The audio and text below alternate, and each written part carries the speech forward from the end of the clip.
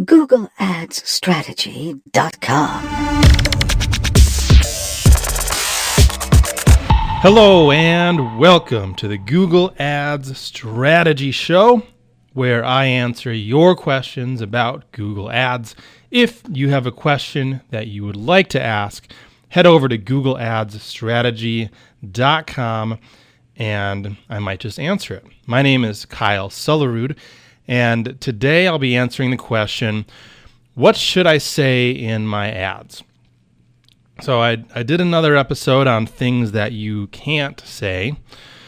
This is going to be about what I think you really should be saying in your ads. So let's break down an ad. First off, we have a headline. This is the shorter but bigger part of the ad that people are going to be clicking on. This is the prominent part of the ad.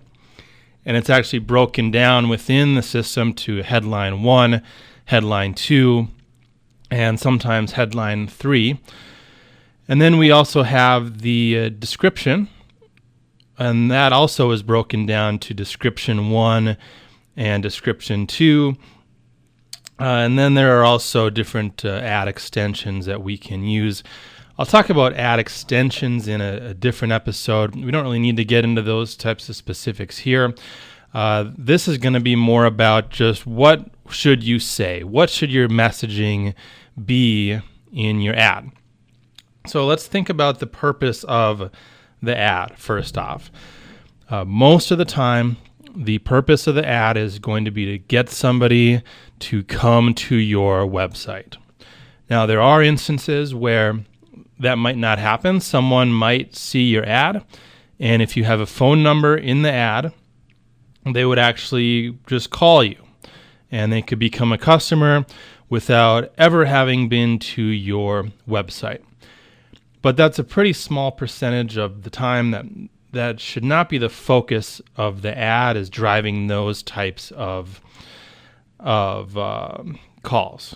Okay, that it will happen. It'll happen regardless of whether that's the focus or not. But if that is your only focus, then you're potentially missing out on what I think should be the main focus, which is getting people to the website. So the purpose of the ad is to get people to your website, which obviously can contain a lot more information than the ad itself. So what would we say in an ad that gets someone to our website? Well, most importantly, we want to make sure that we are solving somebody's problem. We are answering their question. People go to Google because they are trying to get questions answered. They're trying to find solutions to problems. So our ad needs to address that. So whatever their problem was, or whatever their desire was that they were just searching for, we should be providing an answer to that with the ad. And basically letting them know, okay, you just searched for this. If you click on this ad, we can help you with that. We can help you with the exact thing that you were searching for. So the headline of the ad should really answer that question. It should really let somebody know that they're in the right place. Or sometimes it could even let someone know that maybe they shouldn't click on your ad, because we don't want non-customers to be clicking on the ad either. So, for example, if I'm running an ad for a painting company, but they only do exterior home painting, well, there's not a ton of people going and just searching for exterior home painters. So if we want a decent amount of traffic for a campaign like that, we would need to get a little broader with our keywords. We'd probably need to search for things like home painting, home painters, that type of thing. And some of the people searching for those types of keywords are not going to be looking for exterior painting. They're going to be looking for interior painting, right? So we don't necessarily know that based on what they searched for. But in our ad, we can try to make that very clear that we are offering exterior home painting services. And that's the type of thing that would go in the headline. So we are attracting the people that we want, because maybe all the other ads just talk about general home painting, and someone searches home painting and they really were looking for exterior home painting, and now they see your ad that says exterior home painting. Well, where do you think they're going to go? What ad are they going to click on if yours is the only one talking about exterior painting? Obviously, they're going to gravitate towards your ad. So the ad, we want to pull people in and also push people away. Don't be afraid to push people away with the ad. Now, the rest of the ad, the description, the ad extensions, basically just want to further that goal of bringing people in.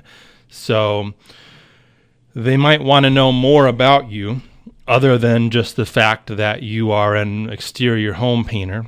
And they might want some more information, and not everyone's going to read the whole ad. Some people just read the headline and click, but some people are going to read on, and that's where we want to give them some benefits of actually taking that next step with you and talking about the benefits of working with you, the features of what you're offering, and how you're really going to benefit the customer. Sometimes you can just talk about certain features of a product. If you're selling a product online, let's say, maybe you just need to talk about some of the features that people are looking for of that product. When possible, I like to talk about benefits, because that's what people are going to buy on is how is something actually going to benefit them. So a pretty good format to use is talking about the feature and then transitioning into a benefit. And really, you don't have a lot of space in the ad, so you need to think about what are the most important features and benefits of your product and service. You'll want to fit the most important one into the headline if you can, and then utilize the description for whatever else you can fit. Now, I will say this about the headlines and the descriptions. Google gives you 3 lines to craft headline. Headline 1, headline 2, headline 3. Usually headline 3 does not show. If you want a better chance of getting headline 3 to show, then you actually need to make all of your headlines shorter and not necessarily go to the maximum character count that is allowed, because whether or not the headline is displayed actually doesn't have anything to do with character count. It has to do with how much space that headline is going to take up. How much space on the page are those letters and words going to take up?